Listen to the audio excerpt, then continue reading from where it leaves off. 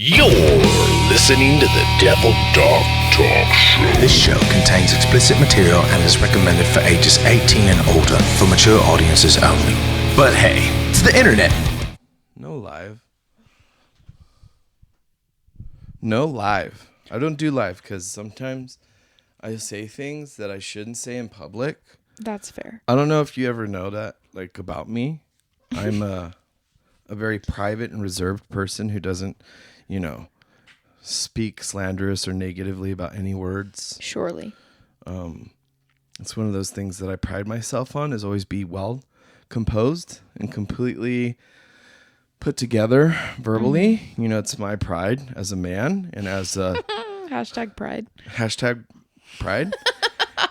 And it's a part of the life that I've built for myself, mm-hmm. that I should hold the, set the example. Get your crusty toes off of my blanket.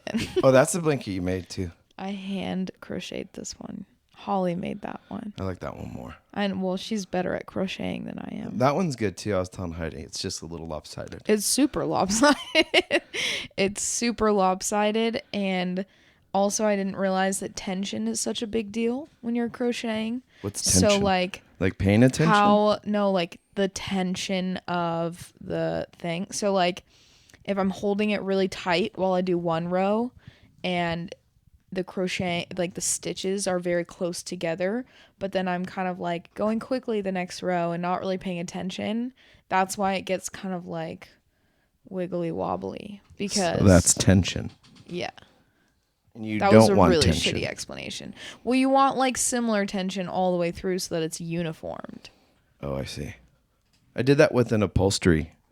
Right. Yeah. Yeah, you just did those kitchen chairs. Yeah. I fucked up a little bit on kitchen the tension. Chairs. Is that what they're stools? Kitchen stools? There's chairs? Well, I would categorize them as chairs because they have backs on them, and I feel like stools typically don't have like a back. So they're kitchen dyslexic chairs. Somebody posted something about pottery. They said I'm dyslexic, and my teacher said I would never do good in poetry. And he holds up a pot, and I was like, "Oh, that's not funny." I was like, "Yeah, I just said chicken hairs Pottery instead of kitchen chairs." So right, yeah. Okay, but I said it multiple times because it does sound really weird coming out. Kitchen chairs. And they're purple. Correct. I put faux gator leather. Purple faux gator leather. Joey translation here for listeners at home. Fake alligator leather. Faux gator leather. Yes. Yes. Purple faux gator leather. And it's true, because you got to tell people that you didn't murder a bunch of alligators and dyed them purple. Right. Or that they don't come in purple. Like to remain on PETA's good graces. I'm good. PETA's good. PETA's always been against me. Oh, let's introduce. Right, I forgot we're doing the show, the Devil Dog Talk Show. Correct. Welcome to the Devil Dog Talk Show. If this ever makes the air. It will, because I got a few shows I'm going to put out, and everybody knows that I'm working on stuff all the time. Right. But I'm going to introduce you as, what do we want to say? What are we going to introduce you? What do you mean? Like, do you want a nickname? I could use your nickname. We use your real name? You can, what nickname would you categorize? Boo Boo? Yeah, I was going to say. I was like, my childhood nickname of just Boo. Yeah. That's fine. I'm Joey's little sister. This is my sister. This is my baby sister, folks. We are introducing my baby sister, Brooke, to the show today. Because she is spending the next few days here hanging out at home, my home. I am leaving tomorrow. Yeah. Well, you know what I mean. She has Fair spent. enough. Yes. She has spent. I've been here. And we'll come back occasionally throughout the summer. Mm-hmm. Anyway, so I wanted to get her opinion on a few things. Introduce her on the show. Tell you guys a little bit about her. Her name's Brooke. Yeah. Or Boo Boo. Or Boo. Yeah. Or Boo. Mm-hmm. And she has gone to school for stuff. College. Correct. University. And so with all the things that go on in the world, I always love just going to her, folks, and asking her the most ridiculously most heinously worded questions I could possibly think about in the moment. Truly.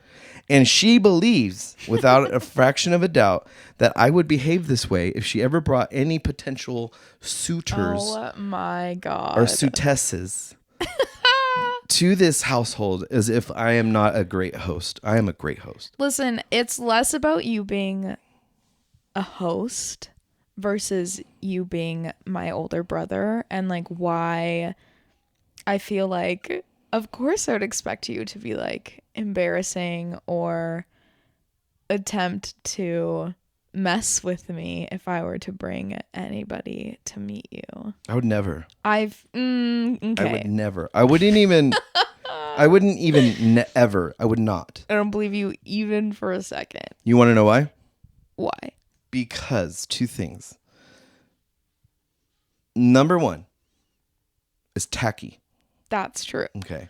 I And number agree. I'm two- glad we can agree on that. Number two, people expect it, especially from me. And I'm like, That's true. That's the number one reason why. Like even Asaj, Wow, my gotta older keep them on sister. their toes. Yeah, you keep them on your toes by behaving well, especially when they have heard nothing but horrible shit. Like the word, and I go, good. We don't. So then no, it happens, we and don't people say go, horrible whoa. shit. No, they do. No, You guys do. Okay, well, I don't. People do. I can't speak on any. I'm not saying everybody, but let's just say it's not always the most flattering. Well, for me in particular, I'm gonna say no. People don't go out of their way to hype it the thing up. They go, oh yes, that's my brother. Yeah. Don't bring up politics.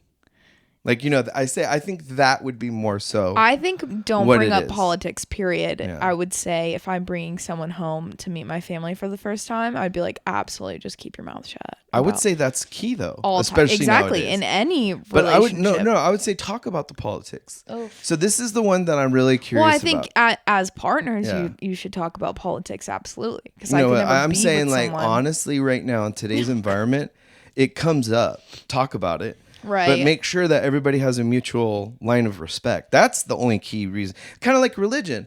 I don't think religion should be talked about like to the nth degree, pushing religion onto people. Right. But I think, hey, do you believe in a higher power? Do you believe in, culturally, do you have this, oh yeah, I don't go to church anymore, but culturally I was raised, ...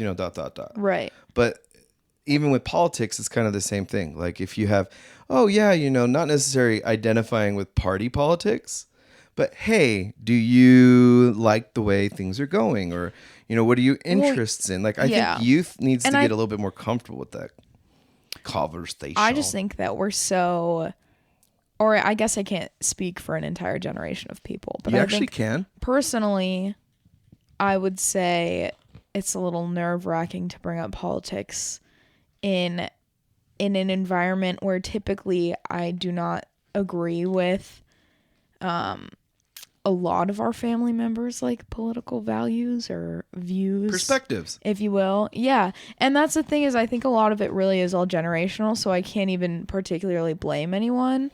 And I think that, but it's like a heavily outnumbered scenario, right? So if we're all at like our family holidays, I'm going to keep my mouth shut, because then everybody is chiming in, and it's okay to be like, it's like an assault. it is. I can't say anything. You can. I can, but it's just going to be immediately checked. Immediately. And that's, just just fucking brutal, bro. And, like, but that's the thing that I love about our family. It's like, regardless of what it is, there's so many different points of views and perspectives. yeah, that's true. Like, I don't know how other families are, because I learned just the other day, like, some families do not talk about politics or religion together. They just kind of do it. They don't tell the mom or the dad, like, no, I stopped going to church, or I converted, God forbid, Slay. Right? And so me and Heidi were having this conversation with the lady that braided her hair, and she has an amazing story, like just full on, full stop. But the funniest aspect of it was the cultural backgrounds, right? And the family expectation. And we brought up therapy, right? therapy, going to a therapist, talking to a psychologist or a psychiatrist in her culture, Right. it's like, what's wrong with you? Right. And that's every a lot culture. of- Yeah, yeah. it's a lot of cultures. Oh my God, yeah. So then when you put it into parameters of like in the United States, our culture is, politics and entertainment. Right. Like really, okay, if you're an American, I'm going to tell you right now, if you go out of the country, right, that's going to be the thing you're hit up on immediately. Hello. Yeah. When I went backpacking for 3 months. Yeah, what was that like? And I was staying in hostels and you're rooming with these, well, me and Caroline did girls only. So for us, we were rooming with these girls from like all over the world. Yeah. And it was really funny actually because multiple times when we were on like, they have like free tours or like guided tours through the hostel. And I feel like every time we would take one, the like typical icebreakers, like say your name and like where you're from.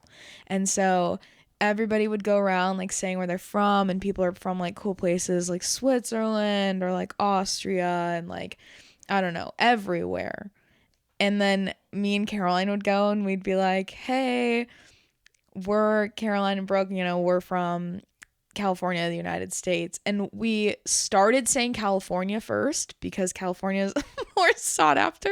Yeah. Because when we would say that we were from the US, like people would look disgusted. You corn-fed. Yeah, literally. corn-fed motherfuckers. Genuinely, they would like look at us like we were the filth of the group, which like, oh God, understandable. But like, we were like, oh man, we caught on so quick that we were like, man, we need to lead with just like California. So you're from Canada here. That's even better, honestly. I heard if you're traveling, especially to Europe, just say you're from Canada. Canada's great. Yeah, we didn't learn that much apparently because we didn't say Canada, just California. Yeah. But it's really funny, and the thing that people would ask us about living in the States is like, is it true you like don't get like as much maternity leave as us, or like they were asking like nitty gritty political questions, and they're like, it's so crazy, like and also you say you're from California and they're like, oh, do you see celebrities every day? And it's so funny because our state and our like country, whatever, is so not only just like political but like openly political and like publicized online for the whole world to see kind of. And so they were just like, how do you feel about the elections? And like they have so many questions about ours. And I also feel like me and Caroline felt so uneducated at the time because we were like, oh, you guys want to know about our like politics and politicians and bills and all of these things that are passing. And me and Caroline were like, so what's going on in your country right now? No, but that's awesome. We have no idea about your leaders or anything. We were just coming to hang out. And it's a huge difference in culture. It is a very cute talk about. Yeah, it was kind of like culture shock. And they were like, well, no, like you should want to talk about these things. And we were like, well, all right. And that's the reason why I like talking about this stuff. And that's the reason why I really want to talk to you and have you on more and more and more. Because we've flirted with shows. Yeah. The conversation of making a show with you and your friends and your group of people. And, not necessarily, right. I don't go into production and think, hey, let's create an echo chamber for my perspective or what I'm pushing on my show.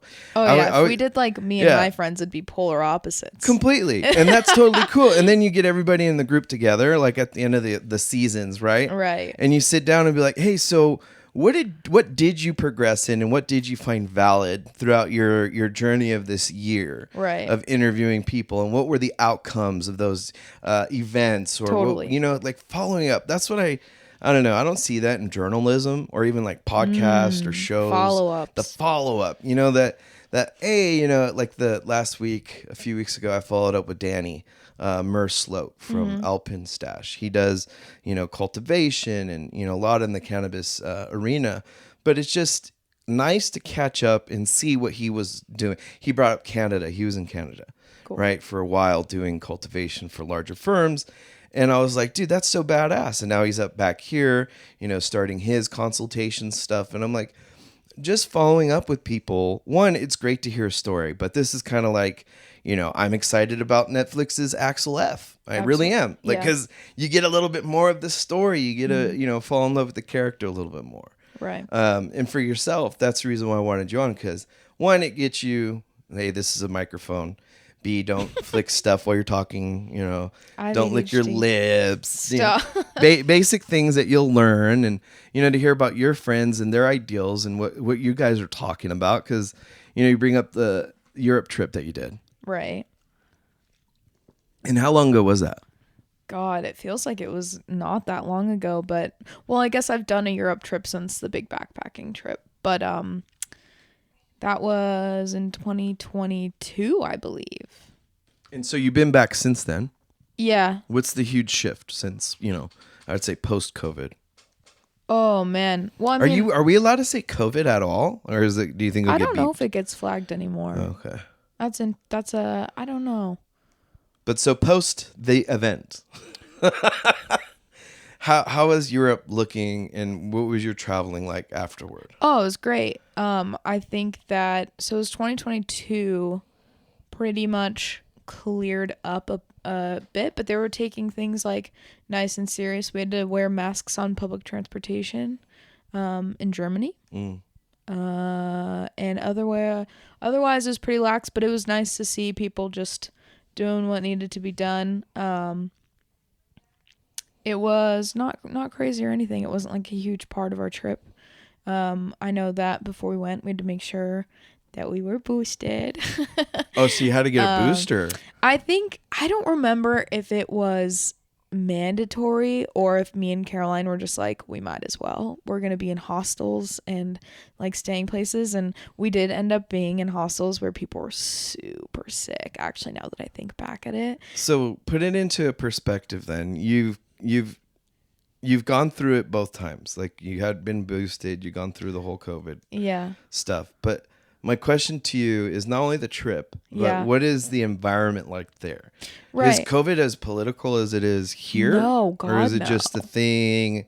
And it's kind of like the common flu where, you have it available, you can get vaccinated. Nobody really gives a shit if you do or don't. Well, but if you're sick, or if you're going into areas, where it's, hey, if I'm working at a hospital, I'd take a flu shot. Mm-hmm. Okay, why? Well, because I can reduce all of the potentials, ... right? I feel like I don't have like a good grasp on how it was like overall. I feel like everybody that I came into contact to was like close to my age demographic, and I feel like kids my age. What age group is that? I'm in my 20s. You're mid-20s, right? Yeah, right. And that trips me out every time you bring that up. I'm like, yeah, Brooke just barely turned 21. No, I'm 26. I'll be 27 at the end of September. However, so I feel like all of us are just like, yeah, whatever, like we'll get vaccinated. It's not a big deal. And then we're just going about our day. Right. Yeah. And I feel like that was just like the general consensus. And if people were sick in the bunks, like just mask up and like do whatever. More of just a concerted effort of I would say like just being concerned and genuinely like, okay, yeah. Courteous. There you go. That was the word I was looking for. We were just being courteous with one another. It wasn't like a big thing. It was good. Now, do you think that it's okay in your group of people in your age, right? We've talked comedy, me and you, before a lot. There's different types and brands of comedy styles. And I always find that funny because, you'll laugh at it, but you'll feel uncomfortable. Oof, yeah. And then you brought that up about your friend, she does, what is it called again? The Groundlings, right? Yeah. And then the reason why I bring it up is because comedy always kind of peels back the layers of societal issues, like whether or not we're in a good phase of relations, of cultures, dynamics, and demographics. Like really when you look at the history of comedy and comedians, right? You see the subject matter they bring up of course it's relevant. Yeah. Some of it's evergreen. SNL. Yeah. Of course. I think SNL, greatest like bookmark of like history. It's like, it's an entire, what do they call that? It's like an entire genre in of itself. It's like it is. It's sketch comedy at the end of the day. It's nighttime sketch comedy. But like God, it's in its own. It is its own thing. It's just become its own thing, like truly, truly, truly. And what's funny is it's like a benchmark for other pop culture or like cultural events in like entertainment, because like even earlier today I'm scrolling through TikTok and something that is really funny is Northwest, Kim and Kanye's oldest daughter. Oh, okay. She has like TikTok and stuff like that. I was like, is that an airplane? Northwest. Southwest. Is that like southeast and northeast? Southwest. Oh, yeah. Northwest. So I don't know, she's been like dabbling. When you're a Nepo baby like that, you can do whatever the fuck you want. What did you say it is? She's a Nepo baby. What is that? Nepotism. What is that? Oh my God. A Nepo baby is like a person that comes from a family of like wealth or fame, like, and is just handed like whatever. Yeah. Like, you know, I like see what you're saying. And so like she's a Kardashian or like not a Kardashian, right? Because she's a West, but I think she can do whatever she she's wants. a little different. Yeah, she can do whatever she wants. She's gone on stage with Kanye and done concerts, and she came out with her own song. It was really funny. She's having fun. She's having fun. She's a kid, but she can do it on a greater scale because of who her parents are and how much money they have. So basically, Disney did a Lion King play, I think, at the Hollywood Bowl a few nights ago. And sure enough, you know, Kim pulled some strings and got North to be the lead, the little tiger. What is his name? Simba? Simba? I think so. Simba and Nala? Yeah, so Simba. And so she's singing the song, "Oh, I just can't wait to be king." You know what I'm talking about? That song? Okay. She got up there and butchered it. Really? Like, absolutely just screaming into the microphone on stage, like doesn't know when to exit stage during her exits, like butchered it. But this is still after like practice and stuff, right? Well, no, they're saying she basically just got to walk in because they were like, yeah, of course we'll have Northwest do it. No fucking way. I swear to God. Because see, okay, so now then, that's wait, no, like, okay. like that's what I'm telling you. And so like on TikTok, this woman posted about how her and her daughter were in the audition process, and it was between her daughter and two other girls who have also been on Broadway. Yeah. So like talented people, like kids that's what they want to do in life. Yeah, they're actually like, be on dedicated to it. Yeah, and they go to practice, and then after that they were like, sorry, we've decided to move on with someone else. And it was North. Now, granted, they don't think that she did any practice based on what the happened performance last night. Yeah. And so she's like, this is so heartbreaking. People are pissed that she got this opportunity, essentially.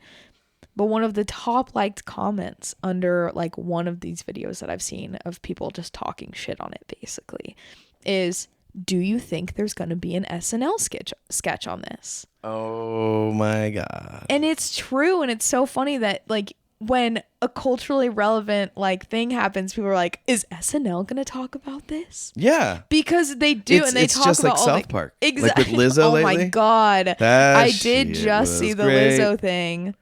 That was great, Did and you she see did Lizzo it great react too. to it? Yeah, she did great too. She did. That's the thing too, because you bring up Kanye, like he was a part of that too. You know, I think it's difficult to be that famous, right? I think there's difference between affluence and fame, and you know, wealth and fame, and y'all can keep the fame as long as I can, you know, get a nice F100. Okay, the 351 Cleveland. Oh yeah, no. All right. Okay, 4-wheel drive, Super single chill. cab, no big deal. Even though there's a lot of companies now selling all this shit for like $200,000, it makes me cry. It's crazy. But you know, that's part of the fame in the game, right? So you're super famous, your family's super affluent or whatever, gets you these opportunities, fall flat on your face, and comically, you know, as things like SNL, right? They pick it up and run with it, and that's great. In societal context, I love it because it's saying we're healthy, right? We're laughing, we're pointing fingers at each other. And that's the reason why I love comedy, because one, you're able to process the difficult stuff, which your generation is going to have to do a hell of a lot. Okay. Yeah, thank you. Like hell of a lot. Like one, okay, look at, say my generation, right? 1985. Okay. We dealt with, Y2K or whichever the fucking other bullshit, the end of the world, fucking billions of times. The generation before us was, Vietnam, and before that was fucking, was it the Russians and the rockets and nukes and whatnot. Oh, that's still happening, bro. It is. Of course, everybody's still afraid of it now, even more so. But I go, you guys, generation, is going to have to deal with the fallout of that, right? Which I did watch the show a little bit with Heidi, but it was like, the fallout of nuclear war is like, Jesus, or even the conversation of or taking it seriously. Oh, it's insane. And that's the reason why I want to have younger people like yourself on and more, talk to younger groups like yourself, because one, I don't know, like, if Joe Biden's doing a good job or not. All right, nobody really does. Doing a piece of shit job. Okay. Here's my thing. Right. Okay, that's the thing. Also, is I think that you didn't even let me finish. Like, poor guy, you know what I mean? Oh, poor guy. So go ahead. We did it, Joe. He's doing a piece of shit job. He's doing a piece of shit job. Yeah. Don't get it twisted. My generation fucking hates Biden too.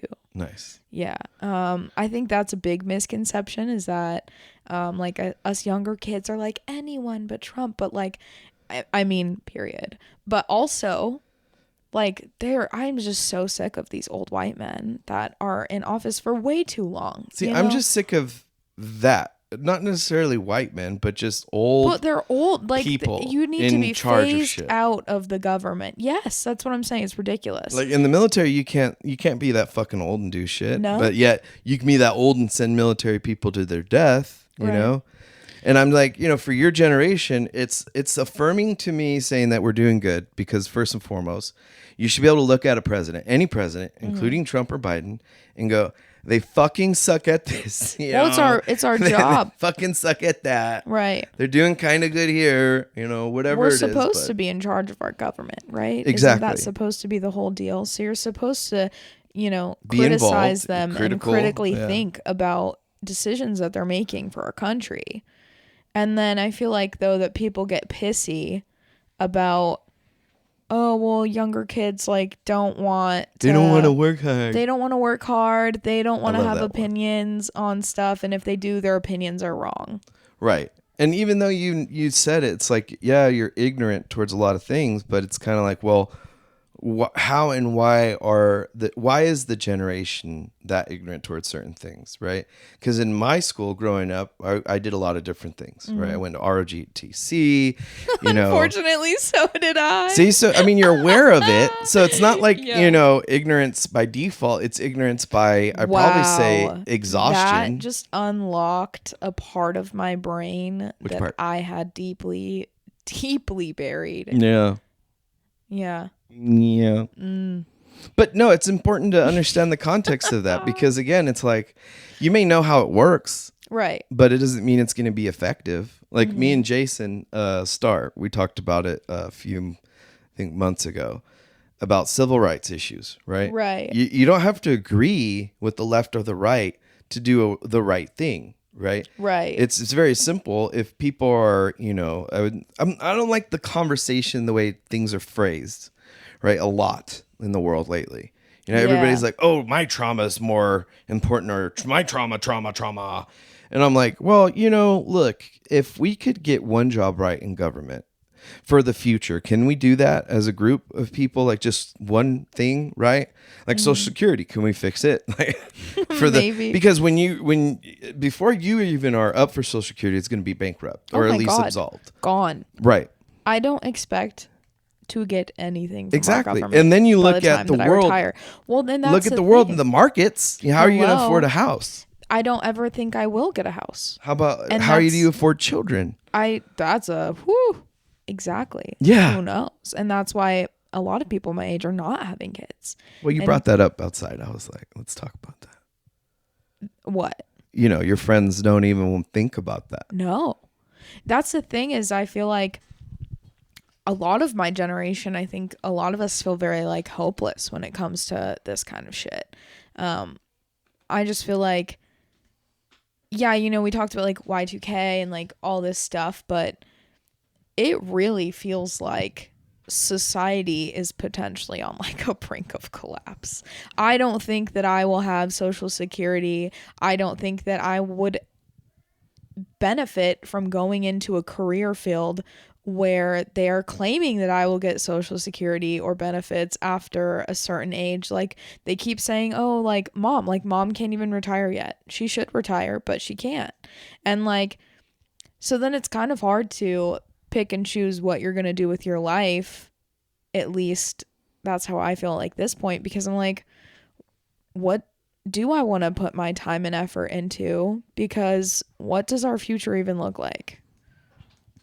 Does that sound crazy? Do you know what I'm talking about? Yeah, I do know exactly what you're talking about, because I think in essence that's every generation at your age. And roughly, I guess that's what mom loves to tell me. But it's different. Oh, it's your age. It's the same. It's the same, but different. Yeah. You know, because it is the same shit. Like, we talk about high school.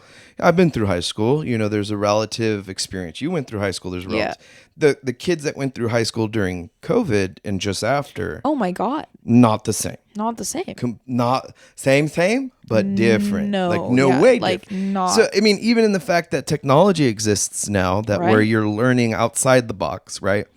And students are now scrutinized to the nth degree for utilizing AI, and teachers are scrutinized to the nth degree for not, absolving all harshities or whatever complexities of, the teenage experience. So I don't know. And then you go into the crazier fucking side of the house, and you got school shootings and shit. Oh my God, yeah. And I go, well, yeah, I mean, don't get me wrong. All of that existed when I was a kid, but it's not the same at the same levels like drugs, right? Right. There were so many different drugs when I was a kid around. Right. But not at the levels and not at the dangerous. I'm just so particular. I like talking about the drugs because people go, you do drugs. Are you? I'm like, I don't do drugs, bitch. You smoke weed. I'm like, yeah, I smoke weed. Well, that's a drug. I'm like, hold up. Like, that's a drug, yes, by classification, as much as a pencil is something that of which writes. Okay. Right. It's not, there's the number twos, the only ones you can use on bubble tests, I guess. I don't know. Scantrons, right? Scantron. Yeah. I learned that in high school. Yeah. Okay? It's the only thing that stuck with us. The shading pencils. Don't even get me started. I didn't know that was a thing. A mechanical pencil, right? Lead base, a graphite base. I don't even know if that's the same, but yeah. I couldn't tell you. Bro, if you want to talk about pencils, I have a friend that works for a pencil company. Shut the fuck up. I swear to God. What do they do? She just gave me which pencil company? It's called Blackwing. Shout out Blackwing. Oh, that's the arts one, right? The art pencil, art craft. They have all kinds of stuff. They have like regular pencils. They're collector's editions. See what I mean, though? They're really good. There's so many different aspects to it. Yeah. Right. So in anything in life, like, you guys are young, so of course the housing thing, it's like, that sounds impossible. I literally, don't think I'll ever own a house. See, but you think that now because look at what's required to get a house. Yeah. It's very intimidating, right? But do you know about the first home buyers, all this FHA programs and loans and all that? It sounds crazy, right? But until you actually dip your toes in it, you go, wait a minute. So no down payment. True, but it's not something I'm even interested in right now. And that's the problem, I think, with society. Is it pushes you away just far enough that you don't look into it. Right. Just like Social Security. You're not going to look for it. You're not going to fight for it. No. You're not going to put into it. Well, you're going to put into it.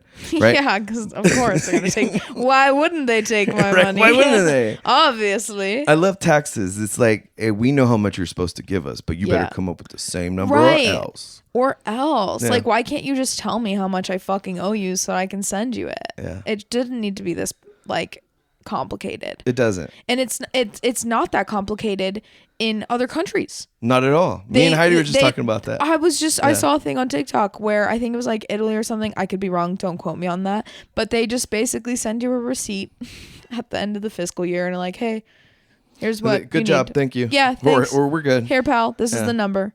Or or we're good. See, Warren Buffett came out and said something pretty profound the other day. Multi-billionaire, drives in a basic Cadillac, loves driving to McDonald's and getting a Egg McMuffin. This guy is like all American man. Exactly. Warren Buffett. So he comes out and says, if the top earning companies came out and thank you, baby. They came out and paid one for Brooke too, baby. Or here, fill this one up for her. Thank you. Thanks, buddy. And I go, recall us. Couple Ricolas. Why do you need Ricola? Because my throat gets itchy when I talk. Oh. But it's sad for your generation. I agree. But at the same time, it's also an excruciatingly great time for opportunity. Like if you learn, I suppose. Oh no, because there's going to be another That's market true. That's crash. what I'm saying. It's like the world is at our fingertips, but it also feels like the world is crashing and burning. Mm-hmm. So it's like a double-edged sword. I feel like at this point in my life, right, I'm not like, oh yeah, I want to like save every dime I have for my future, because I'm like, what the fuck does our future what does our future look like? So I'm like, okay, well, what if I just like live for now? That's an interesting, like, that's where my brain is at. I have no... In society, we call that... I've been like this for years, though. But your whole generation is kind of like that. Yes. So when you look at that, though, there is a very good psychology behind it, right? Absolutely. And at the end of it, you're trying to meet the path of least resistance with the most reward. And any investor, okay, any capitalist would say this exact remark. Mm-hmm. That is the key to the best investments. The most minimal capital up front and the highest return of interest. Mm-hmm. Your generation understands that in a context of energy and self-application. Right. But seems to forget it when it comes to apparatuses such as infrastructure and involvement. Fair. So it's kind of like saying, hey, if you were to hold, and I go back to trauma medicine, if I were to say your injury as a generation is anything, it is a hemorrhaging of finances and our economy of the United States as a whole. Right. And it's happening at such a rate that I would classify it as hemorrhagic bleeding. So the only thing you can do right now is put a fucking tourniquet on it. Yeah. All right. Stop the bleeding. Reassess where it's coming from. Best, yeah. Reassess where it's coming from and say, hey, y'all generation 2, right, needs to say, hey. My generation needs to say, hey. Our parents' generation needs to say, hey. Our parents' generation needs to shut the fuck up. No, they need to say, hey. We need to all kind of hang out and say, hey. 100%. If we get old, also, right? I'm just kidding. I'm not disrespecting I my know. elders. We're always jokey jokes here, guys. I love old folks, okay? I know at least a handful of them. I'm just kidding. You know the whole black people's friends? All my old friends I have a black are friend. Dead. You know, but my they would be God. like, I have an old friend. I have 2 old friends. Like when people are like, I can't be racist. I have a black friend. Yeah. I can't be ageist. I can't be ageist. I know old people. I have an old love friend. them. Yeah. It's funny. But for your generation, it is kind of important where you're looking at a potential World War III. Yeah, bro. World War III, nuclear codes, fucking a genocide happening right now in real time. Also, like all of the political things and like horrible things are going on. And then like earlier we talked about me being educated, right? I have a full-on bachelor's degree and I've basically been told it means nothing. And it used to be like, oh, you get your bachelor's degree and like you're set. And now pretty much if I want to make like a decent amount of money and set myself up or be like not singled out, I'm sorry, stand out in a crowd of applicants, which is it's an overcrowded application world right now everywhere in the workforce, which is funny as fuck for people saying we don't want to work. I'm like, no, everybody is trying to get jobs. Yeah. But they're pissed because we're not all applying to be like, because whatever we all it have takes. Degrees. Yeah, exactly. So you don't want to be a bottom feeder for what you've already invested right. in. I'm like pissed because I went and got my bachelor's degree and then like if I'm in between a job or because whatever. you were sold on something way bigger than that. Right. Yeah. And that's what I'm saying. So now, now I'm like, well, what am I going to do? Like be a barista with my bachelor's degree? But that's the reality is a lot of people are doing that. And that's fine. Some people that makes them very happy. And like, if that's what you want to do, fucking go for it. But now I'm thinking like what I want to do in my future and I need a master's degree. But then it's like, okay, am I going to put in so much work right now, get a master's degree, be in even more student debt that I'm already in? And then what? And then is that one going to be null in a few years, just like my bachelor's degree is? Did I do all that work for nothing? Also, like in 2 years, like is it gonna be World War III? Is my degree gonna matter at all? I'm thinking I gotta just worry about what's coming the next day, you know? Yeah. I don't know if I want to go and get my master's degree now because I'm like, who knows? Does it sound so? To me, when I was a kid, right, we were sold on education. Yeah. Hardcore. I feel like I was too. Yeah, and then you buy into it, and I'm like, you know, I want to finish this degree. I want to finish that degree. I want to do this degree. Shit compared to other countries too. An art or our degree? Yeah, no, it's like, bad. No, like our whole education system. It's bad. From a young age. No, I agree with so you. awful. And so that's the kind of thing. And yet they still sell you. Yes, on higher and you buy education. into it. Yeah. Because you're like, oh no, it's got to work, right? Oh no, it's got to work. No, this is so. I bring this comparative to everything in conversation because I want it to be just as much as easy as people go. Red stoplight means stop. Green means go. Yellow means slow. Snow, right? Slow down. Snow. Yellow snow. Yellow. Don't eat it. Don't eat it. Don't eat the yellow snow, Joey. I know you think it tastes good. It tastes like lemonade. That tastes really nice. This one tastes like maple syrup. Go to get tested for diabetes. Stop. Go get tested. That means diabetes. No. So yes, but like for your generation, I just feel like there isn't enough, I should say, mutual respect, right?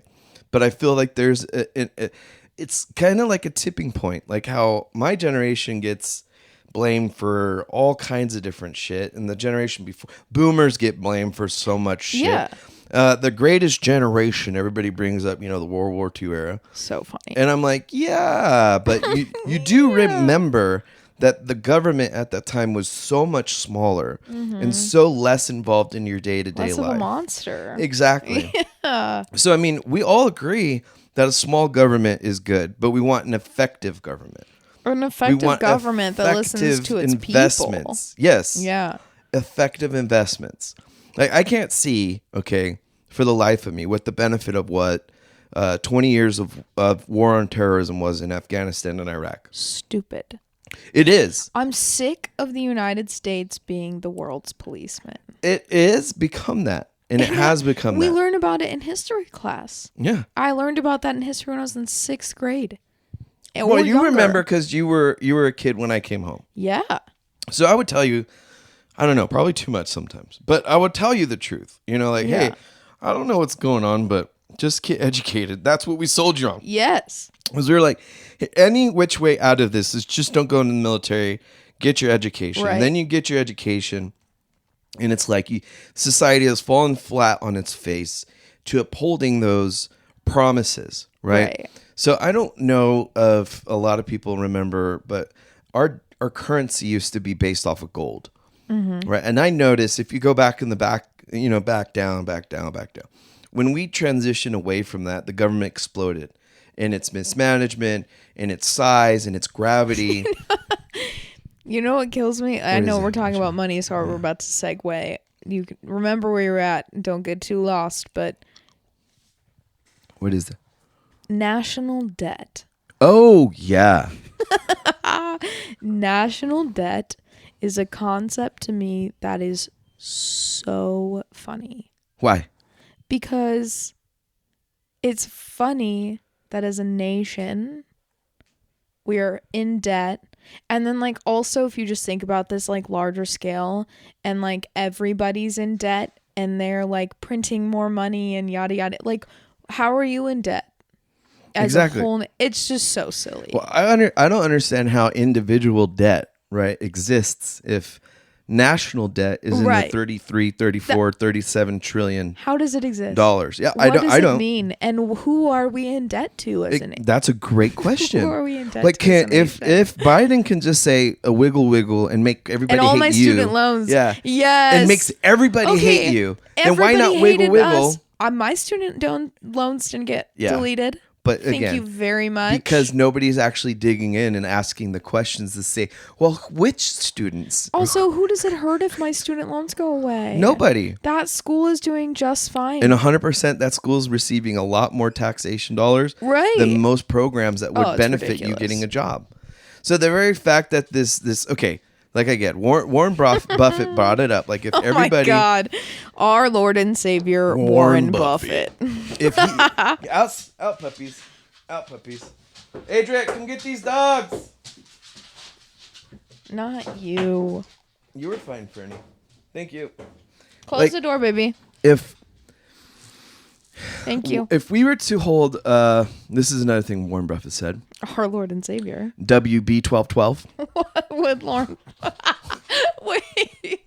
What would Warren Buffett say? Exactly. He would say that if you were to hold people in the position of authority, such as Congress and Senator and President, accountable, yeah. Yeah.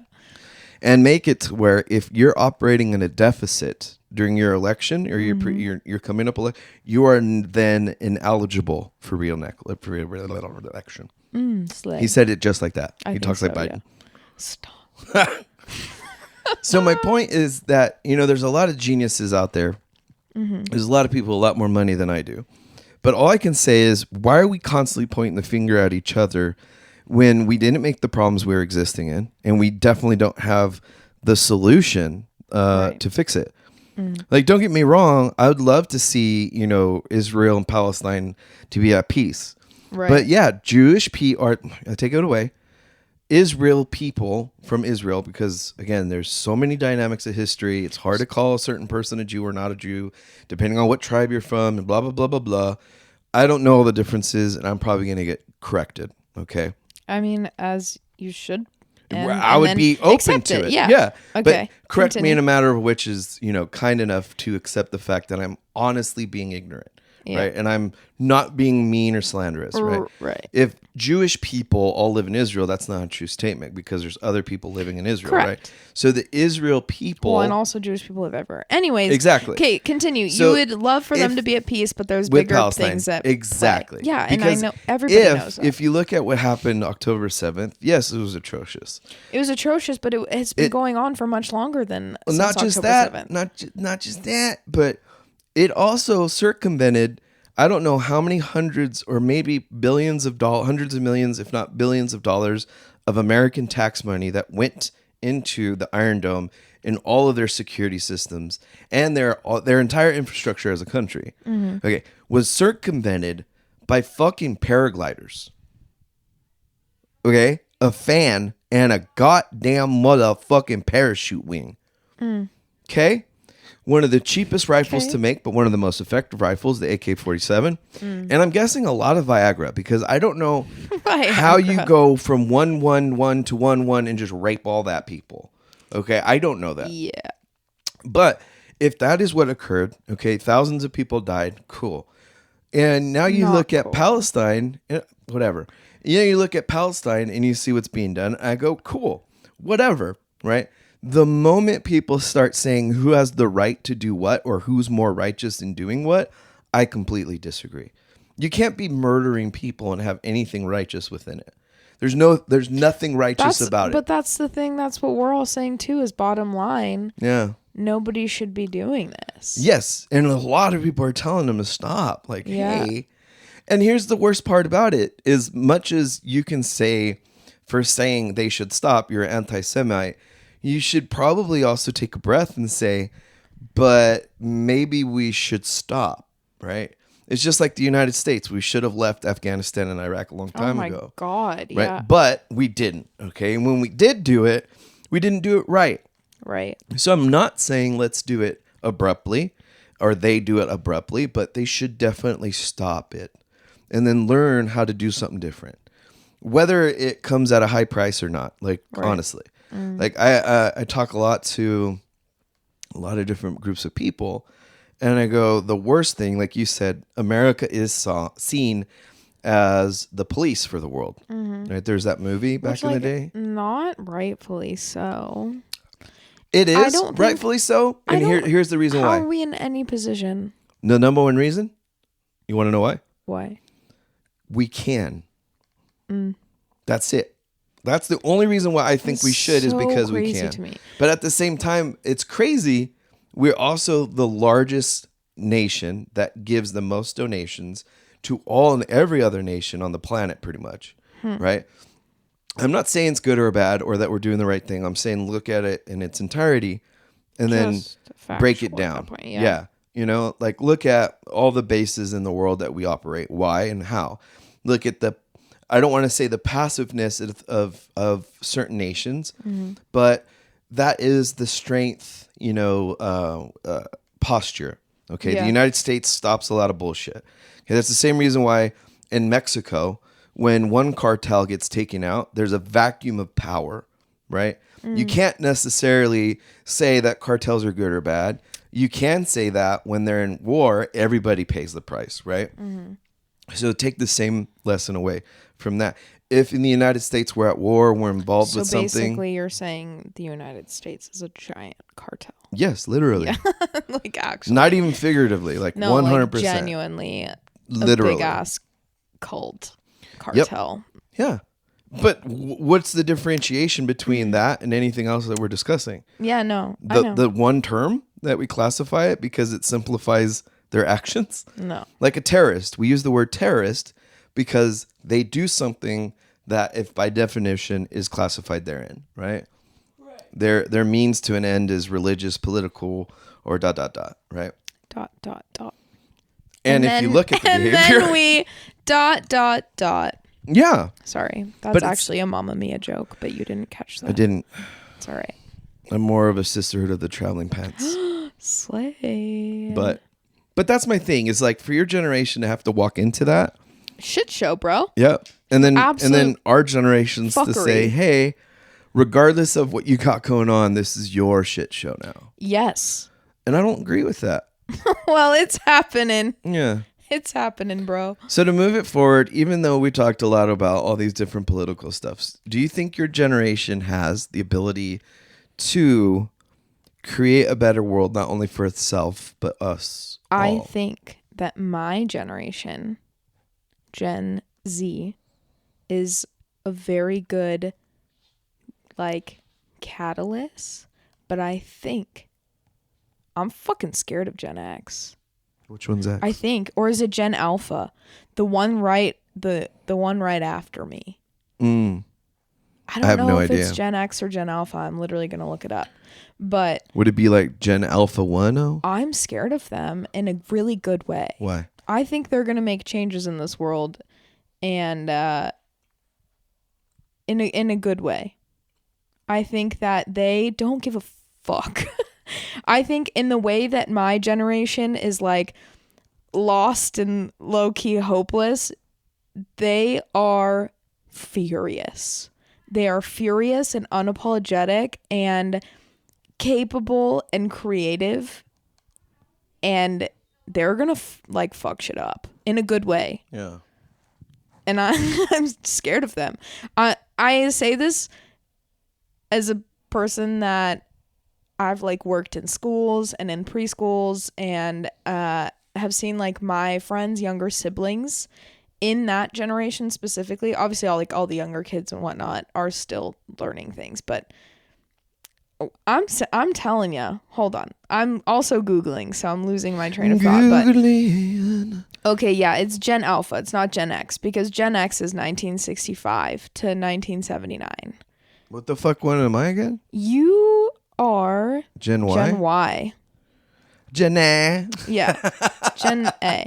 Okay, so you're Gen Y. Mom Would be a Mom's a boomer. Oh, boomer? Mom's a fucking boomer. See, and this is the thing I laugh the most about all these different generations kind of blending is that I've met people of all the generations. I've had the pleasure to. Well, not all of them, clearly, but the ones we brought up today. And I find it that it is very different that this question comes up all the time. Why isn't your generation doing as good as that generation? Gen Alpha? No. In general. So one of these questions, right. From I got generation asked. to generation. Yes. Yeah, of course. Well, and it's also because the boomers think they're right.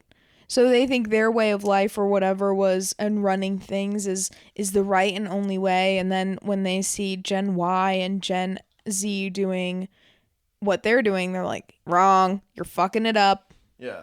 But that's why, and we're always going to think that way. And I think that even Gen Y looks at Gen Z and is like, these bunch of Gen Z idiots. These boomers. Like they're sick of us. They just right? classify us all as boomers. Everyone's a boomer now.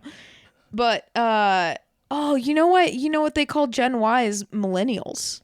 Millennials. I was like, why am I thinking about millennials? And I feel like Gen Y is most like we call them millennials, right? Now I guess getting so, huh? all kind of confused. Yeah. See, but when people do that, I'm like, listen, I don't even know how to identify anymore. All You I are know, a millennial.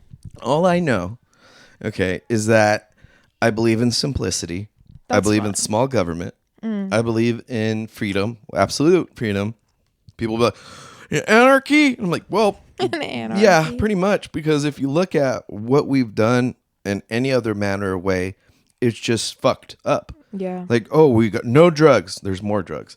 No guns. There's more guns. Well, I was just talking to my friend Abby about this. It's so crazy that, in my opinion, now this is, I don't want this to sound like a conspiracy. It's not. It's just like a funny. There's no such thing as a conspiracy theory. Yes. Okay. It's just an idea.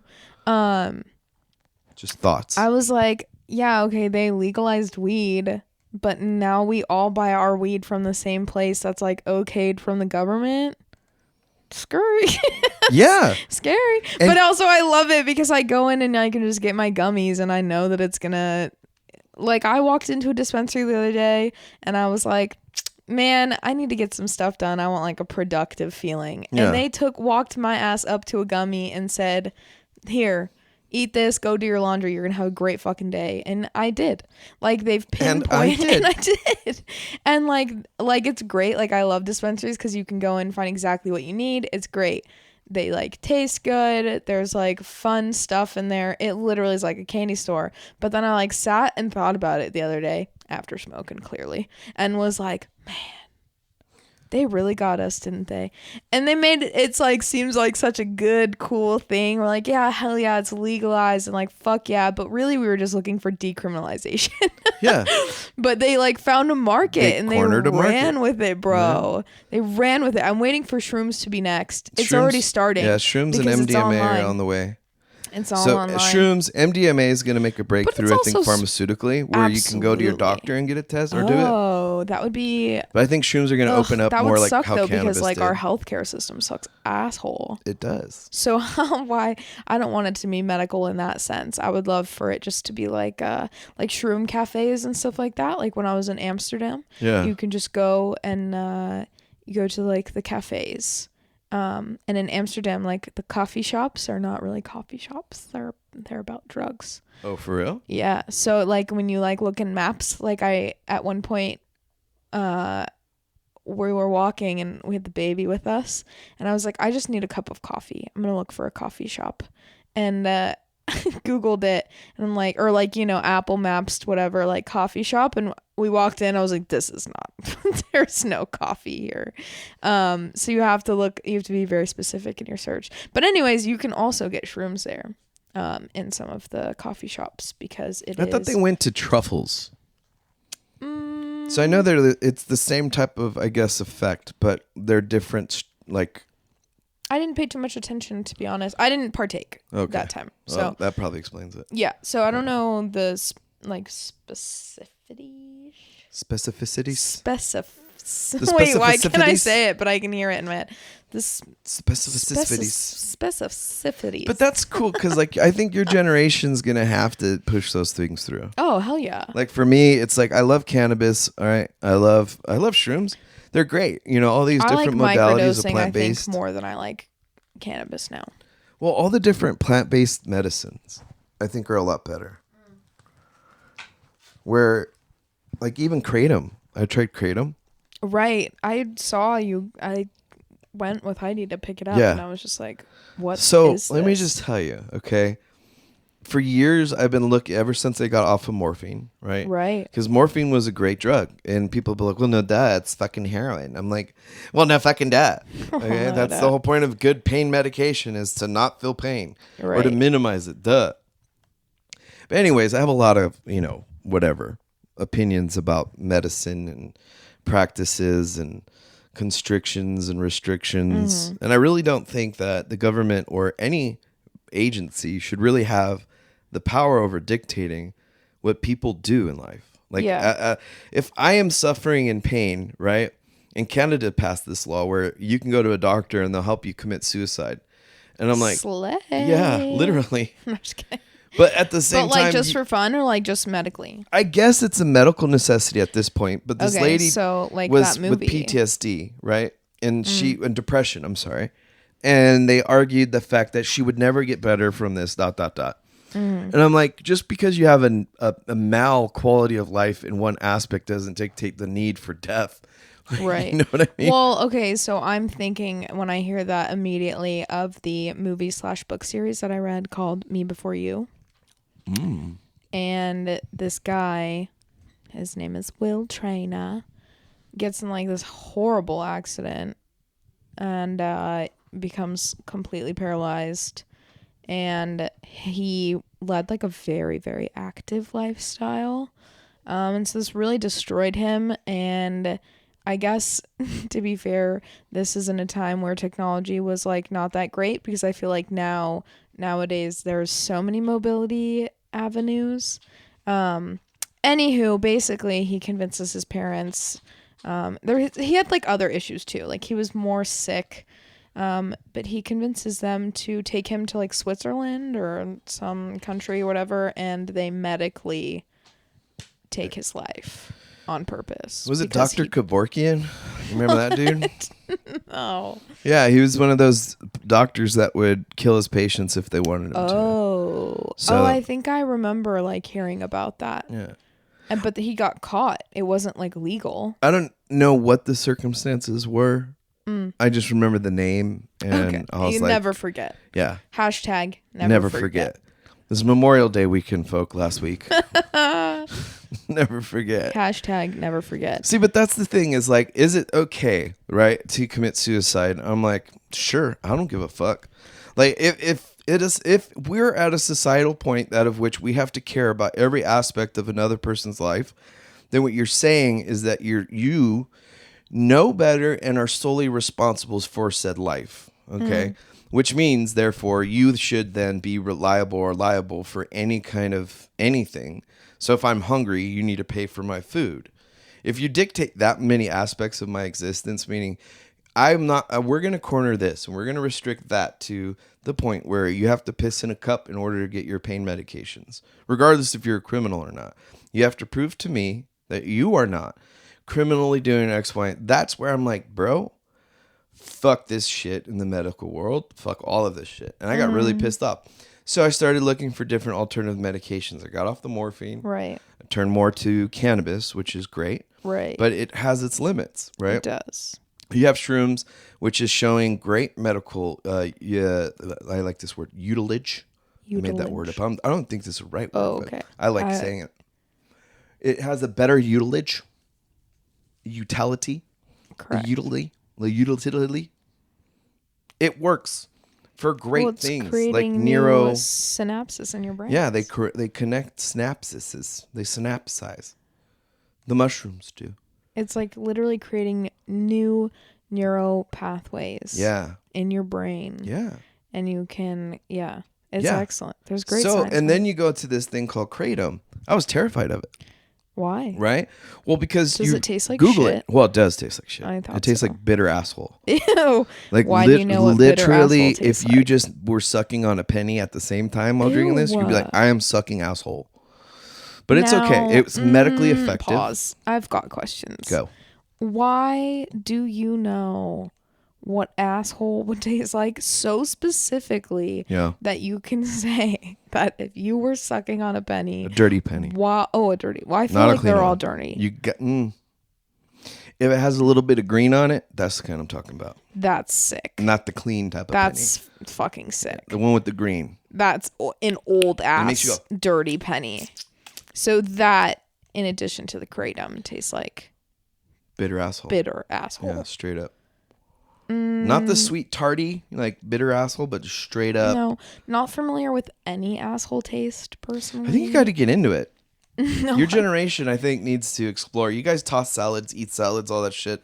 Everybody's into butt play, and I'm like, back in my day, we just used to suck the corn out of fucking bitches' assholes. Gross, sick. You can stop. Yeah. I think The Vancouver Hoover. that is the sickest sound I've ever heard in my whole life. Pretty bad. Don't do it again. Oh, well. Don't do it again. Not going to do it. But yeah. So to me, the medicine's really good and it's effective. Wow. And so, when me and Heidi started looking into it, it's like, bitch, you will die if you touch kratom. And I'm like, what the fuck? So I started researching it more and more and more. And then, of course, who's the biggest anti-lobby for kratom? Who? Big Pharma. Of course. Yeah. And I'm like, wait a minute. You know what? That's the biggest fucking green flag for any product. If Big Pharma is fighting against something, I want it. I want some of that. I want it. Give it to me. Because Big Pharma is a monster. Yeah. If legitimately, if somebody named John Smith came out yesterday, right, and said, hey, take this COVID shot. Big Pharma doesn't want you to take it. I'd be like, okay. Okay. Give it to me. Go ahead. You were going to say something. Well, I was going to say, have you heard of, I don't know if it's like there's like a documentary, I believe, on it about like dandelions or like weeds. Dandelions, yeah. And that one, the spray. Milk thistle? No. Oh. Roundup. Yeah. Have you seen the lore on Roundup? No. Shut up. Well, I've seen things like clips of stuff, but I haven't seen, anything like, Roundup. I've heard about the result of the lawsuit. But other than that, no, I haven't really heard anything much more. Well, like, that's just it. Oh. Like, Big Pharma wants that to go away. But they were saying, like, Big Pharma backed the whole Roundup creation, essentially, because they don't want those plants and herbs around for us because they have, like, healing properties. Oh, I see. So they were saying, let's come up with a reason to say that these things are bad and we need them out of our lawns and not easily accessible because people were taking care of themselves using it and not buying into their pharmaceuticals. And so not only did they help create Roundup and fund it, they help like publicize it and all of these things and market dandelion as... They're trying to weed out the competition. They're trying to weed out the competition, precisely. So do you think that your generation, or at least this coming of age type of approach to things changing, is going to be better for everybody? Because I do. I think in ways, yes, better. But that's all subjective. That's all subjective to perspective. I think that... Well, that's true. Because like if I was the guy in the big ivory tower right now winning... Chilling. Yeah. Fat chilling. They're pissed. Yeah. And then if somebody came after my shit and I was losing, I'd be like, well, it's horrible. It's Absolutely. No way better. So I don't know. That's true. But I think for the masses, it will be better. I think for that top 1%, top 5%, maybe even 10, they're going to hate it. And I don't know. I just, people go, oh, you haters, you guys hate on money. I go, no, it's more or less like, I could put it this way. If everybody wanted to know my opinion on things, if you really want to fix something, it's as cheap as maybe $30 worth of ammunition. Oh my God. Okay. I mean, and that's paying for the expensive stuff. Okay. If anybody on the planet wanted to get rid of their actual problems, it literally is a $30 fix it. Okay. And what does that mean? And I mean, simply put, that if you really wanted to stop all the banter, all the he said, she said, and all the whatevers, all you got to do is literally JFK that shit. Okay. And things would get fixed. And you'd be surprised because people go, well, you're telling them people to be violent. I'm like, no, not at all. But did you see what rioting did for everybody that gives a shit about, civil rights? No. You see what rioting did about everybody questioning an election? No, didn't help out whatsoever. I don't agree with rioting, but I do think protesting works. I don't think protesting helps at all. I think it just does. it paints a target on what you're wanting to do, and it opens up the potential for the FBI and any kind of policing group to any kind of discourse. Yes, any kind of agent of provocateurs. Okay, so you do that, right? And it's one of those where give it a minute. But then let it get big enough, and then you're going to get infiltration because regardless, like we said earlier, the guy on top doesn't want to lose. Right. And he owns those three-letter agencies. Like, again, to go back to my travels, not to be that annoying bitch. Do it. When I was in Monaco. When I was in Paris, we were going like on the trains underground. And me and Caroline, who are very much white passing / Caroline's actually white. What does white passing mean? Meaning we look very, very white. Oh, I got a white passing then. You're like fully Mexican. You look like a white boy. I do. You are white passing. Yeah. That is like the actual perfect definition of that. Okay, I got it. Anyways. I feel privileged. You are. And you're also a man, motherfucker. Okay. Men aren't privileged. Anyways. The only thing we get different is being able to stand up to pee, but now women are stealing that too. That little clit. Not going to touch that. The little clit funnel. The funnel. Yeah. Yeah, it's called the Go Girl. Oh, the Go Girl. I said clit funnel. My bad. Clit funnel. That's sick. Okay, wait. Okay, go. We're going down to get onto the train, and we saw this woman go down, and she had like a protesting sign, and she was also a woman of color. And these two... Which color? Stop. Okay. These two policemen followed her down, and we were like, oh my God, we're about to witness a hate crime. So we get really close to her and are trying to like assess the situation without bringing attention to it. And we're like, we'll just stay close. And that way, if anything happens, we're here. And we can also be like, hey, leave her alone. Like she's gonna, because Paris is known for protests. They're like, people are known to like fucking stop. Isn't that the whole setting for Let Them Eat Cake thing, right? Yes. Okay. Wait, did you see that influencer at the Met Gala? No. Oh, dear God. I did see somebody at something recently.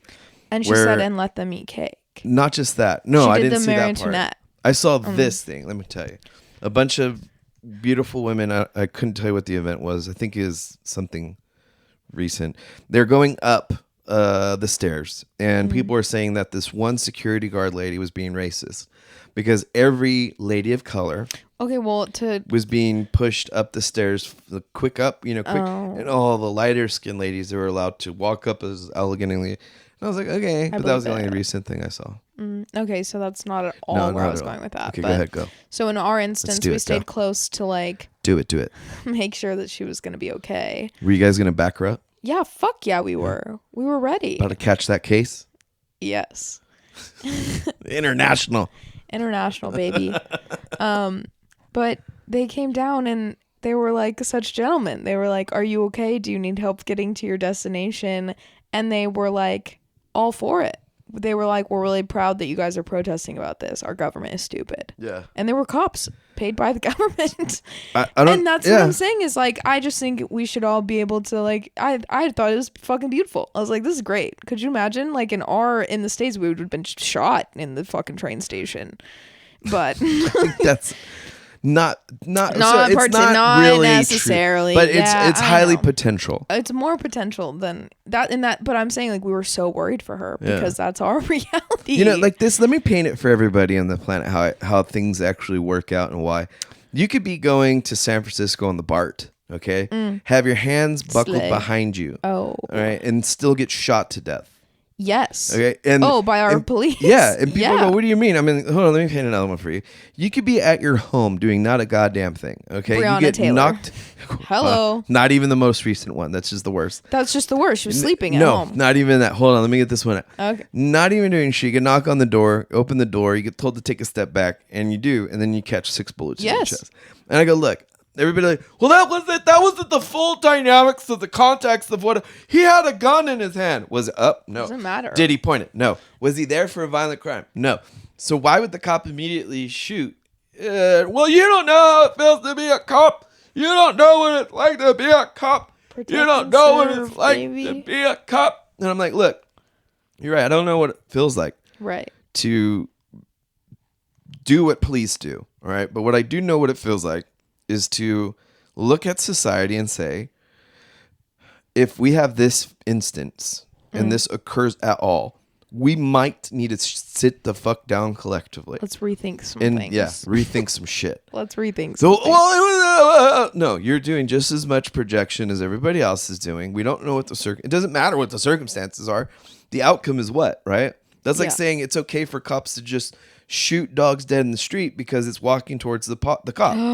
I'm like, I see so many videos of that. Well, and also, sorry, I gasped because I'm thinking of a TikTok again. Gasp.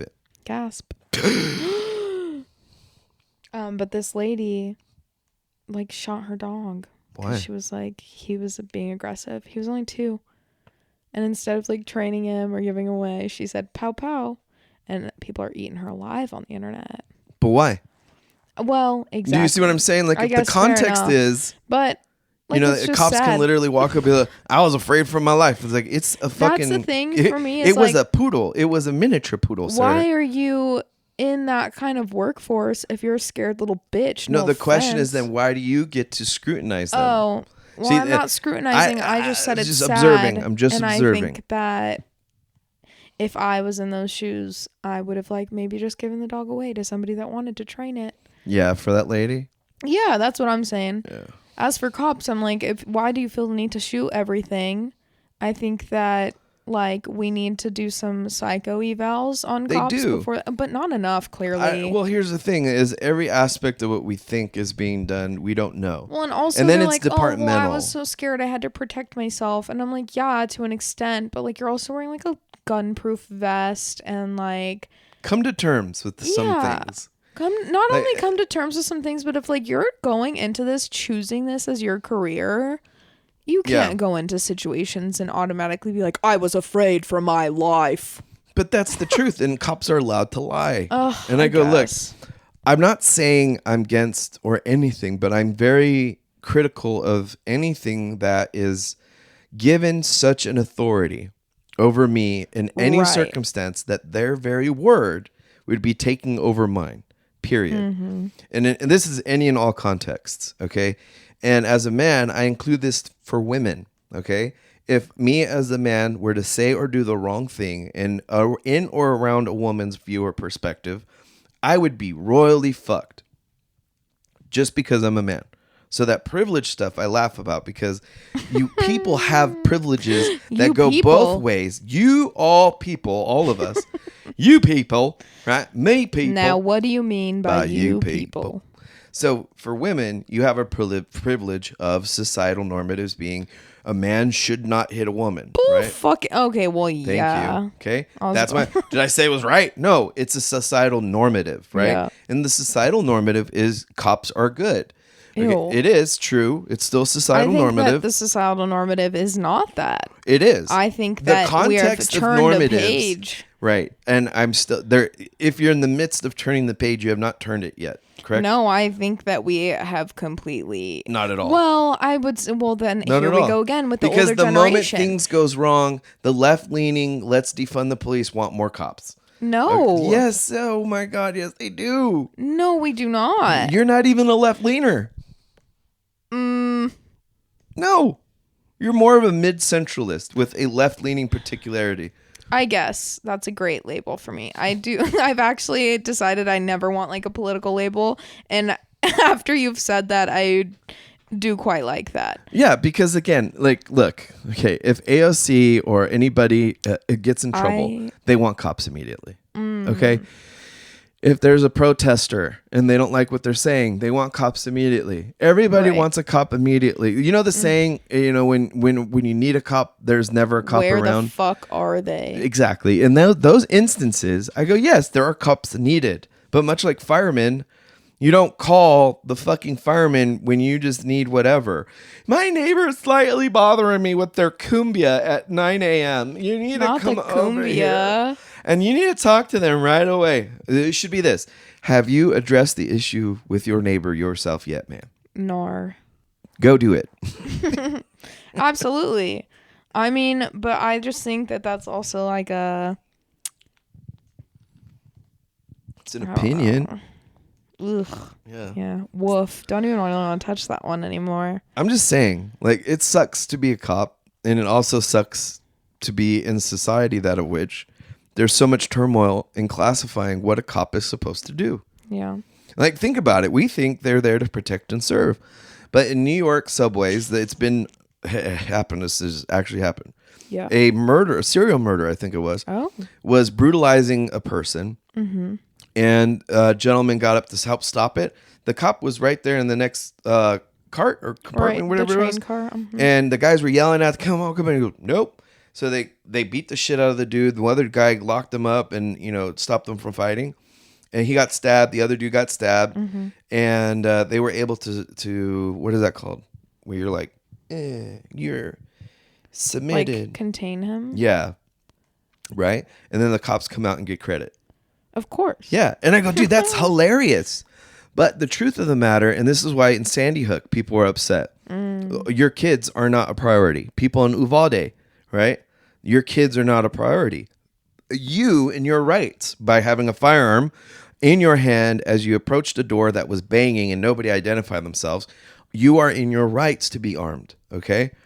All of these things are circumstances that society says it was just an accident. It was a fluke. I'm going, you can't have that many accidents. You just cannot, okay? Without reprising the entire circumstance, okay? Why do cops get to go into this situation? Clarify it with society, okay? We go and get driver's tests, and yet people still don't know how to take a goddamn fucking freeway entrance and zipper knows how to in. Drive. You know what's really funny to me? Sidebar. Go ahead. This bar. Mom had... Speaking of bad drivers. Our mom.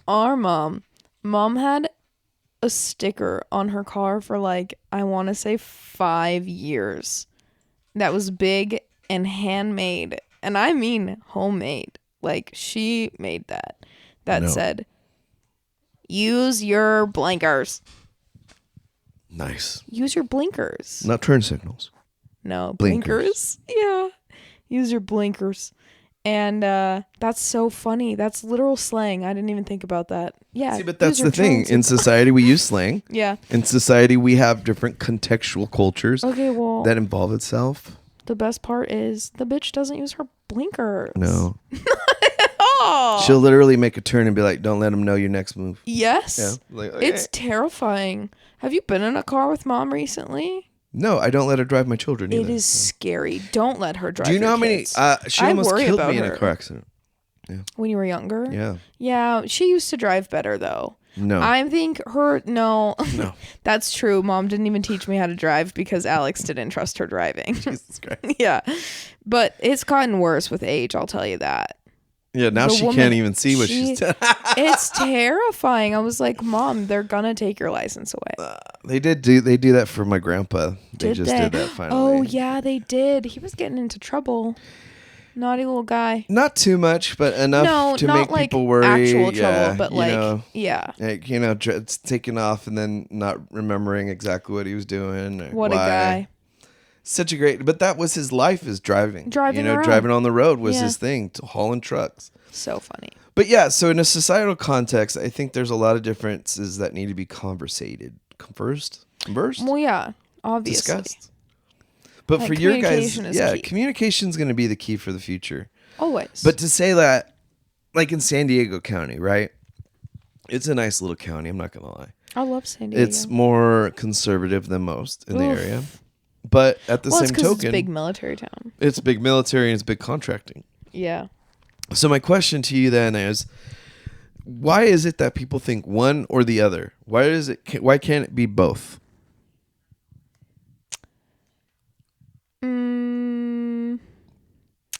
I don't know. I try not to think so black and white anymore.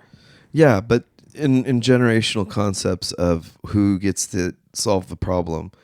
Like if I were to come out and say, hey, Gen Z, you're a Z? Yeah. Okay. Us millennials and those boomers need to go hang out with them Gen Alphas. Yeah. And we need to fucking discuss some things and get some, bases afoot and headed in a trajectory. Hear me out. You know? I would actually say, millennials, you would be welcomed to this meeting. Let's converse. Yeah.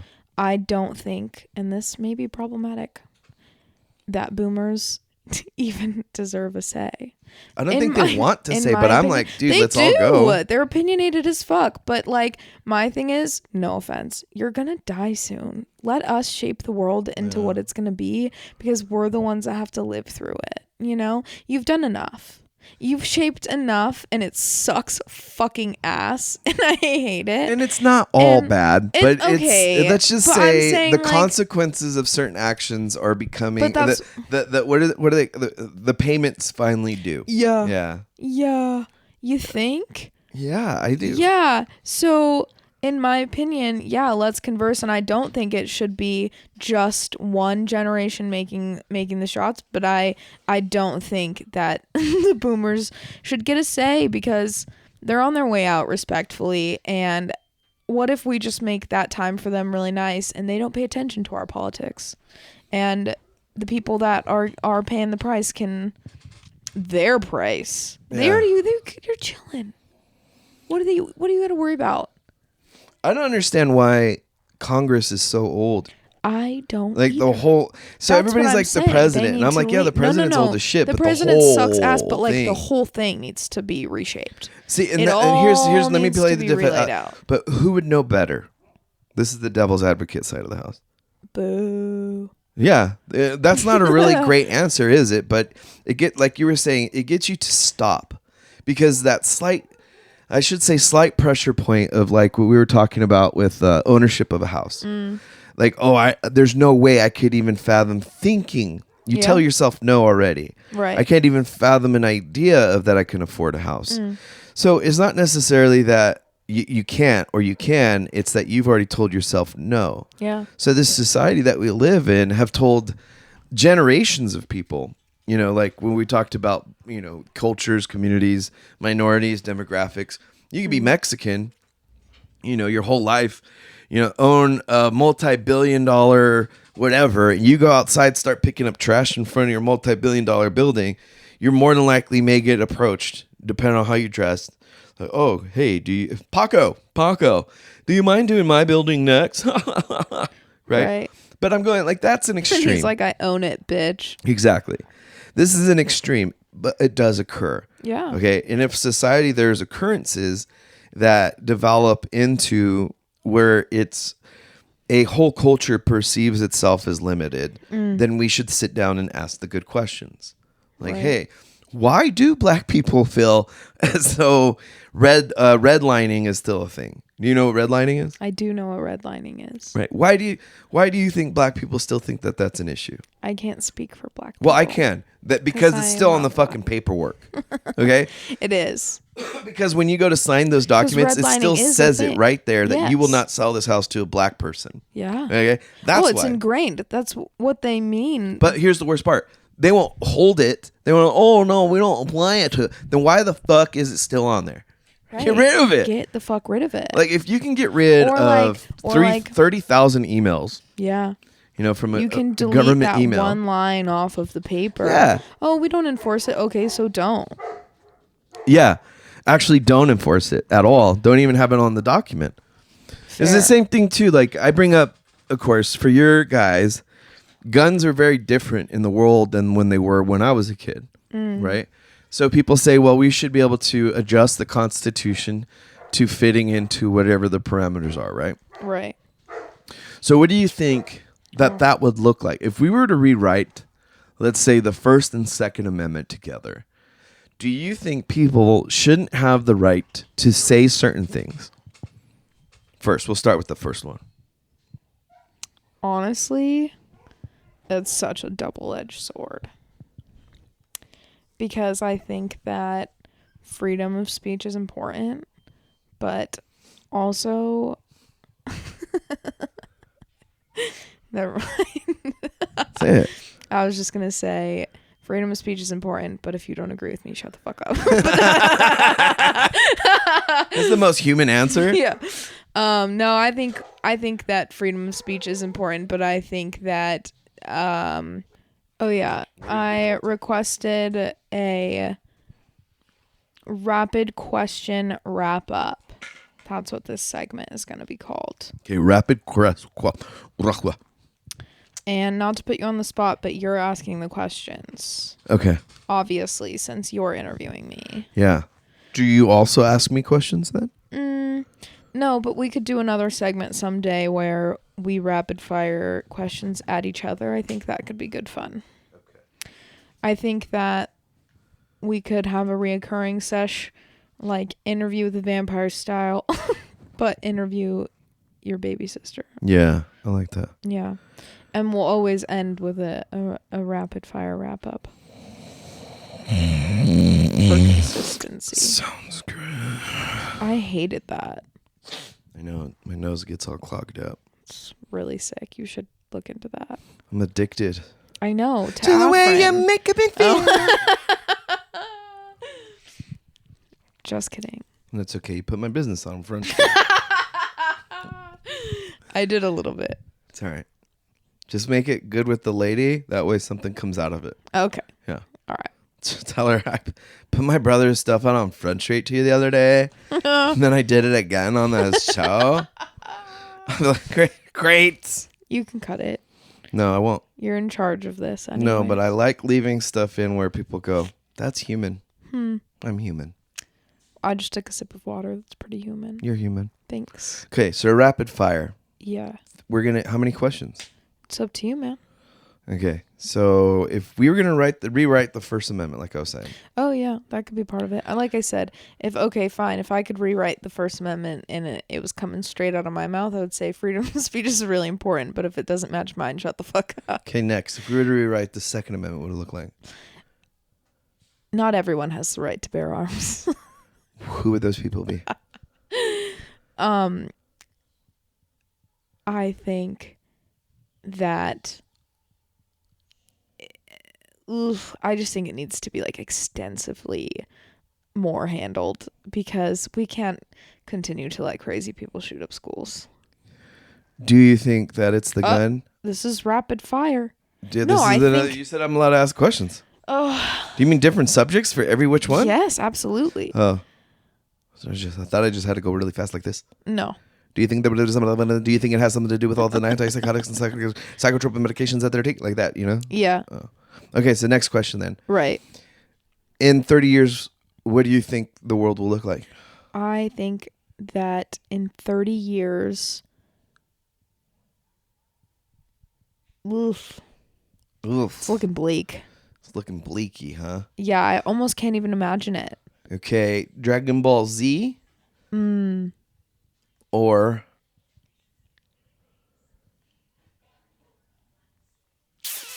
Sailor Moon? Dragon Ball Z. Okay, good job.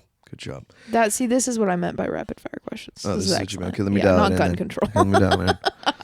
Tell me the exact consequences of societal reform and all those who be affected. Go. Blue or red?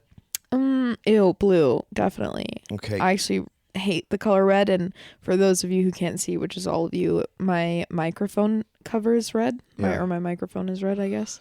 And when Joey handed it to me, I almost gagged a little bit, but that's okay. Okay, well, you're still holding it. Math or science? Oh, God. Science. Easy. 100%. Vagina or penis? You know, I'm still heavily debating that myself. Like, for myself or on a partner? Rapid fire. 4-wheel drive or 2-wheel drive? 4-wheel drive. Carbureted or fuel injected? Fuel injected. No. I don't know what those means. Okay, I just picked one. Mustang or Bronco? Bronco. What year? Something from the 80s. 80s? Lower? I prefer the Broncos between the 66 to 78. 79, okay. Yeah. Because it's well, okay. So the smaller Bronco, okay, just for everybody, started out in '66, right? Right. And then it goes up to I think I wanted to say 77, 76, and it pretty much maintained the same look, kind of like the new the modern Bronco is based off of. Then you have the big boy Bronco that I want, which is just like this big burly machine. It's oh, it's so nice. Sick. Okay, city living or country living? Oof, that one's tough, honestly. I feel like we're pretty spoiled in San Diego because I can be in the mountains and in the beach and in like the city all at the same time. Like what all book are in you one reading? Day. What book are you reading right now? I'm currently reading how would I describe it? I don't know how to describe it. It's called Light Lark. Who writes that book? Alex Astor, great author. Recently met her and she signed my books. Was this at that book event? What? The book fair? Event? Yes. The last event you went to and the next event you're going to go. The last event that I went to was probably that book fair. Or I guess maybe my friend Kara's Groundling show. Does that count as an event? I don't know. It's a show. Did it have tickets? Yeah. Then it's an event. Then it's an event, right? Okay.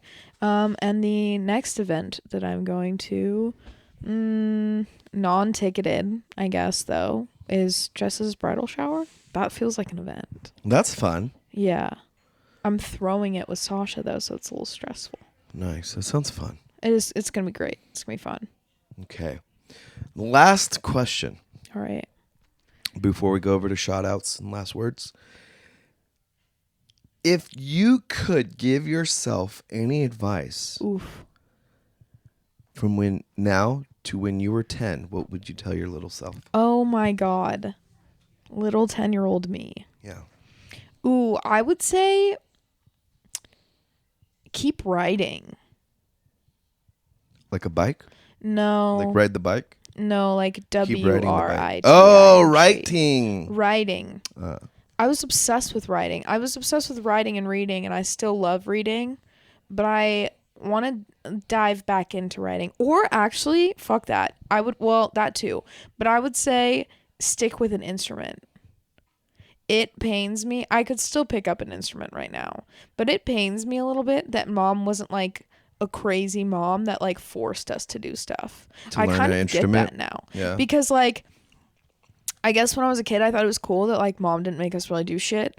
But now I wish that I had that like discipline from a young age to be like, no, you're gonna learn like an instrument or like you're gonna learn Spanish because we should have know Spanish and we do not.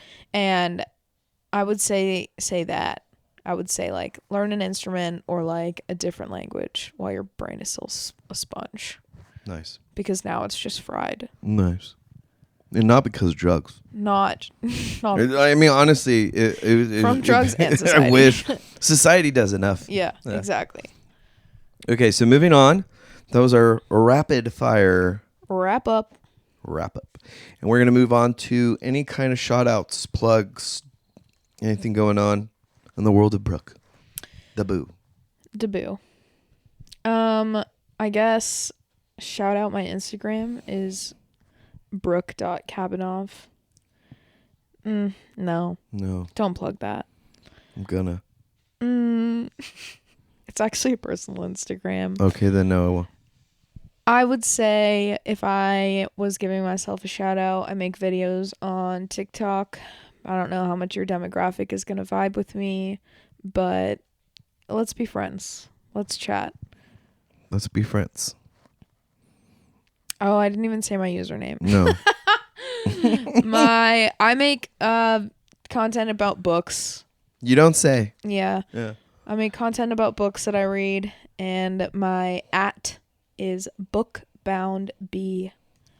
Book BOOK bound BOUNDBBEA. Bookbound. Yeah.